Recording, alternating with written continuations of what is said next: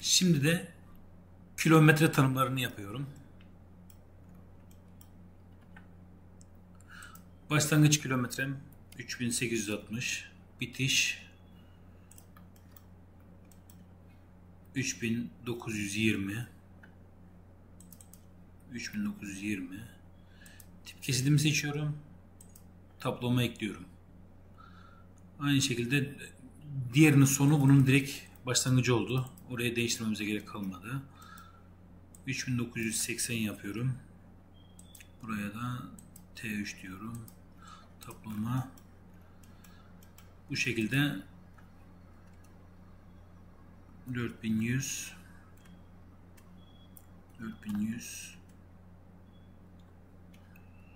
bu da bir diğer olsun. Tabloma ekliyorum. 4220 tabloma ekliyorum ve bir tane de sona kadar 4320 bu da diğer tip kesidimiz olsun. Tablo ekliyorum. Burada yapılması en önemli şey kaydetmek. Bunun çizimimize kaydetmiş olduk. Buralara açıklamalar da yazabiliriz. Bunlar da kayıt altına alınacak. Yine buradan da kaydedebiliriz. Burada yanlış bir veri olduğunu düşünüyorsanız Change Row diyorsunuz.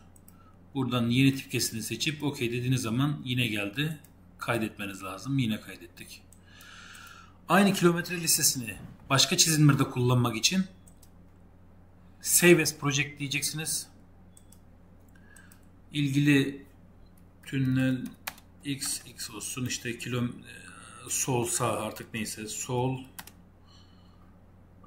İstanbul olsun diye bir isim vermiş oldum. Kaydet diyorum.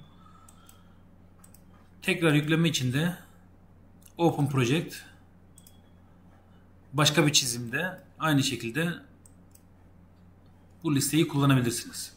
Tek bir sefer tanımlamak ve tüm her yerde kullanabilirsiniz.